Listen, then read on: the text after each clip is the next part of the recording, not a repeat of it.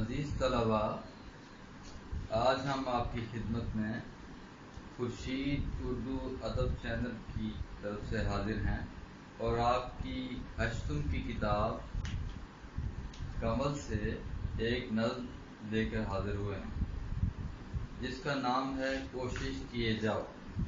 یہ نظم اسماعیل میرٹھی نے لکھی ہے۔ اس نظم کے مختلف بند ہیں جن میں بہت سے الفاظ ایسے ہیں جن کے معنی آپ لکھ لیں تو آپ کے لیے نظم کو سمجھنا آسان ہو جائے گا۔ تو سب سے پہلے میں آپ کی خدمت میں نظم کے معنی پیش کرتا ہوں۔ سب سے پہلے ہے لٹیا ڈبونا۔ لٹیا ڈبونے کا مطلب ہے بات بگاڑ دینا یا برباد کر دینا۔ متصل جڑا ہوا یا پاس یا قریب۔ اضطراب بے چینی۔ قلق افسوس۔ رمق ذرا سا تھوڑی سی جان۔ سبقت کسی سے آگے نکل جانا۔ زیاں نقصان۔ صلہ انعام یا اجر۔ تردد فکر۔ بے جا نامناسب یا ناحق۔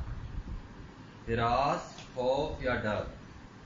حواس ہوش یا اوسان۔ ٹھیک ہے۔ اب اس نظم کے پڑھنے سے پہلے میں آپ کو اس کا مرکزی خیال بتا دیتا ہوں کہ اسماعیل میرٹھی اس نظم میں کیا کہنا چاہ رہے ہیں۔ تو یہ نظم اسماعیل میرٹھی کی چند مشہور نظموں میں سے ایک نظم ہے جس میں ہمیں مسلسل کوشش کرنے کی طرف اشارہ کیا گیا ہے کہ ہمیں چاہیے کہ ہم کوشش کریں اور کبھی بھی اپنی کوشش میں کمی نہ کریں۔ دنیا میں کسی بھی کام کی کامیابی کا دار و مدار مسلسل جدوجہد پر ہے۔ جو لوگ محنت کرتے ہیں اور محنت کرتے چلے جاتے ہیں اور راستے کی مشکلات سے اپنا دل چھوٹا نہیں کرتے، اپنا حوصلہ نہیں ہارتے اور استقامت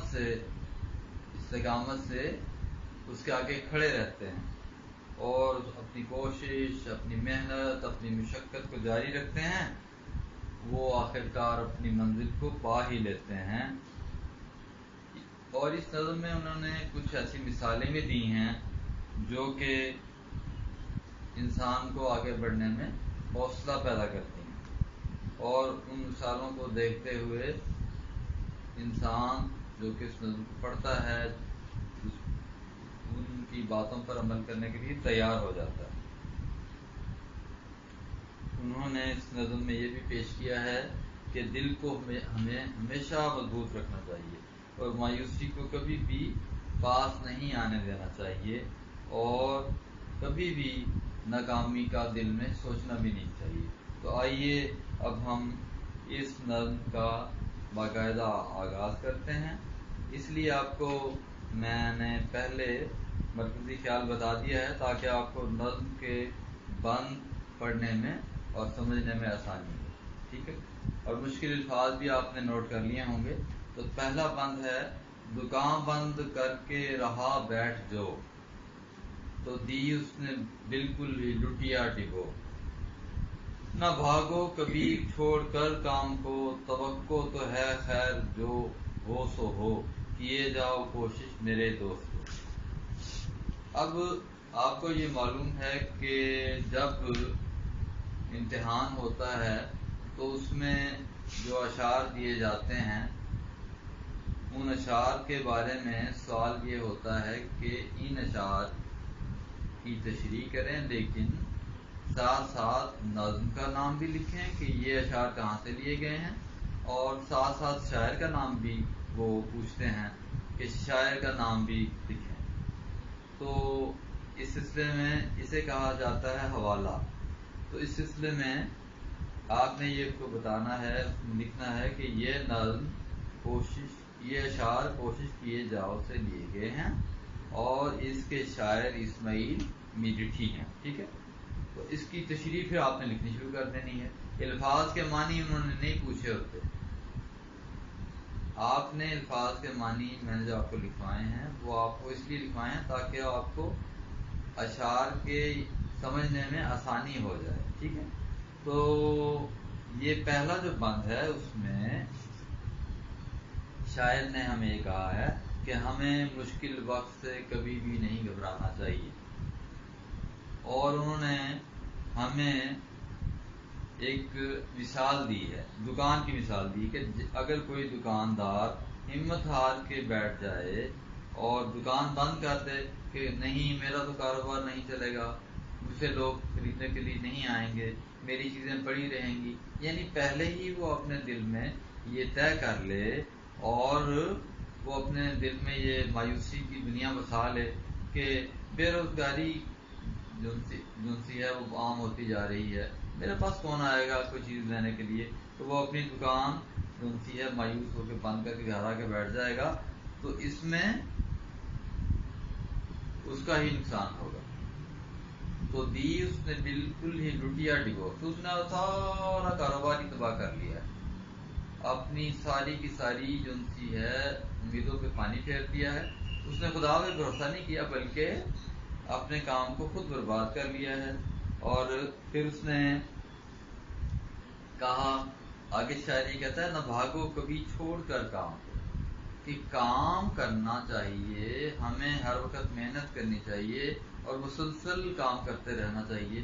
اس دکاندار کی طرح نہیں کرنا چاہیے جو کہ مایوس ہو کے گھر آ کے بیٹھ جاتا ہے اور پریشان ہو جاتا ہے. جو رزق اللہ نے اس کو دینا ہے وہ ظاہری بات ہے کہ اگر وہ کام کرے گا، حرکت میں برکت ہے، اگر وہ حرکت کرے گا کچھ دکان کھولے گا، لوگ اس کے پاس آئیں گے، اسے چیزیں لیں گے اور وہ آخرکار گھر میں کچھ لے کر ہی جائے گا اور اپنے بیوی بچوں کا پیٹ پالے گا اور ان کو گھر میں کھانے پینے کے لیے چیزیں بھی لا کے دے گا. تو نہ بھاگو کبھی چھوڑ کر کام کو، توقع تو ہے خیر جو ہو سو ہو، توقع امید کو کہتے ہیں. تو پھر وہ یہ کہنا چاہتا ہے کہ اس بند میں شاعری کہہ رہا ہے کہ کبھی بھی ہمیں کام کو چھوڑ کر نہیں بھاگنا چاہیے، کام سے فرار نہیں کرنی چاہیے، بلکہ کیا کرنا چاہیے، ہمیں کام کرنا چاہیے. یعنی کام سے مراد یہ کہ محنت کرنی چاہیے، مشقت کرنی چاہیے، راستے کی مشکلات سے کبھی بھی مایوس نہیں ہونا چاہیے. توقع تو ہے، ہمیں امید کرنی چاہیے، آگے اللہ پہ چھوڑ دینا چاہیے، خیر مانگنی چاہیے اللہ تعالیٰ سے، خیر جو ہوگا سو ہوگا، لیکن ہم نے اپنی محنت کرتے چلے جانا ہے. اور اس کے لیے آخری جو لائن آخری نسبت میں کہا ہے کہ کیے جاؤ کوشش میرے دوستو. وہ ہر ایک بند کے آخر پہ یہی ہمیں تلقین کیے جائیں گے کہ ہمیں اپنے مقصد کو حاصل کرنے کے لیے کوشش کرتے رہنا چاہیے. اگر طالب علم ہے تو اس کو محنت کرنی چاہیے، اگر وہ کوئی مزدور ہے تو اس کو پھر بھی محنت کرنی چاہیے، سارا دن محنت کرے گا تو وہ پھر جا کے کچھ حاصل کر کے گھر میں لے کے جائے گا. ٹھیک ہے، تو اگلا بند پڑھتے ہیں. جو پتھر پہ پانی پڑے متصل، تو بے شبہ گھس جائے پتھر کی سل. رہو گے اگر تم یوں ہی مستقل، تو ایک دن نتیجہ بھی جائے گا مل. کیے جاؤ کوشش میرے دوست.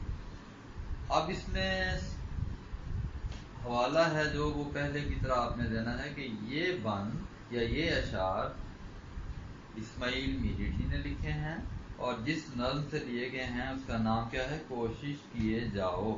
ٹھیک ہے، اس بند میں اسماعیل میرٹھی نے ایک مثال دی ہے. وہ مثال کیا ہے کہ ہمیں مسلسل محنت کرتے رہنا چاہیے. مثال انہوں نے کیا دی ہے، مثال دی ہے کہ جس طرح ایک پتھر کی سل پر، پتھر کے ٹکڑے پر مسلسل پانی گرتا رہے. آپ نے دیکھا ہے نا کہ آبشاریں جب بلند و بالا پہاڑوں سے نیچے آتی ہیں تو کیا ہوتا ہے، پانی مسلسل نیچے گرتا چلا جاتا ہے، گرتا چلا جاتا ہے، اور نیچے جو مضبوط چٹانیں ہیں وہ بھی آخرکار بہہ جاتی ہیں اور ان میں بھی سوراخ ہو جاتا ہے، تو وہ بھی گھس جاتی ہیں. تو یہی حال وہ کہہ رہا ہے، شاعر یہ کہہ رہا ہے کہ آپ یہ دیکھو کہ پتھر کی جو سل ہے، کہ پتھر کے ٹکڑے پر مسلسل پانی پڑتا رہے اور وہ بھی آخرکار گھس جاتا ہے، اس میں بھی سوراخ ہو جاتا ہے. اسی طرح ہمیں بھی چاہیے کہ ہم مسلسل محنت کرتے چلے جائیں اور اپنی محنت کو انتہا پر پہنچا دیں. آخرکار ایک ایسا وقت آئے گا کہ اللہ تعالیٰ ضرور اس کا نتیجہ ہمیں دے دے گا، کیونکہ صبر کا پھل میٹھا ہوتا ہے. جو محنت کرتے ہیں وہ مشکلات سے نہیں گھبراتے، بلکہ صبر کرتے چلے جاتے ہیں، اور صبر کرتے کرتے کرتے ایک دن ایسا آتا ہے کہ اللہ ان کو ان کے اعمال کی جزا دے دیتا ہے، یعنی وہ محنت کا پھل پا لیتے ہیں. اور آخری پھر وہی نصیحت کر رہا ہے، اس کے لیے شرط یہ ہے کہ ہمیں محنت کرتے چلے جانا ہے، ہمیں محنت سے نہیں گھبرانا. ٹھیک ہے جی. اگلا بند ہے، اگر طاق میں تم نے رکھ دی کتاب، اگر طاق میں تم نے رکھ دی کتاب تو کیا دو گے کل امتحان میں جواب. نہ پڑھنے سے بہتر ہے پڑھنا جناب، کہ ہو جاؤ گے ایک دن کامیاب، کیے جاؤ کوشش میرے دوست. اب آپ یہ دیکھیں حوالہ پھر اس کا اسی طرح آپ نے بیان کرنا کہ یہ بند یا یہ اشعار نظم کیے جاؤ، یہ نظم کوشش کیے جاؤ سے لیا گیا ہے، اور اس کے شاعر اسماعیل میرٹھی ہیں. ٹھیک ہے. اور اس کے بعد آپ نے تشریح بیان کرنی ہے. تو تشریح میں بھی آپ دیکھیں کہ شاعر ہمیں یہ نصیحت کر رہا ہے، اگر طاق میں تم نے رکھ دی کتاب، اگر ایک طالب علم کی حیثیت سے تم نے اپنی کتاب کو طاق میں رکھ دیا، الماری میں رکھ دیا، ٹھیک ہے نا، تو پھر کیا ہوگا؟ تو کیا دو گے کل امتحان میں جواب. تو پھر آئندہ آنے والے دنوں میں جب امتحان ہوگا، جب تمہاری آزمائش کی جائے گی، جب تمہارا امتحان لیا جائے گا، تو تم نے کتاب نہیں پڑھی ہوگی تو تم اس کا کیا جواب دو گے؟ آخرکار پھر ظاہری بات ہے کہ جب تم نے کتاب نہیں پڑھی تو تم پھر ناکام ہو جاؤ گے. اس ناکامی سے بچنے کے لیے اسماعیل میرٹھی ہمیں یہ کہہ رہے ہیں کہ ہمیں پڑھنا چاہیے.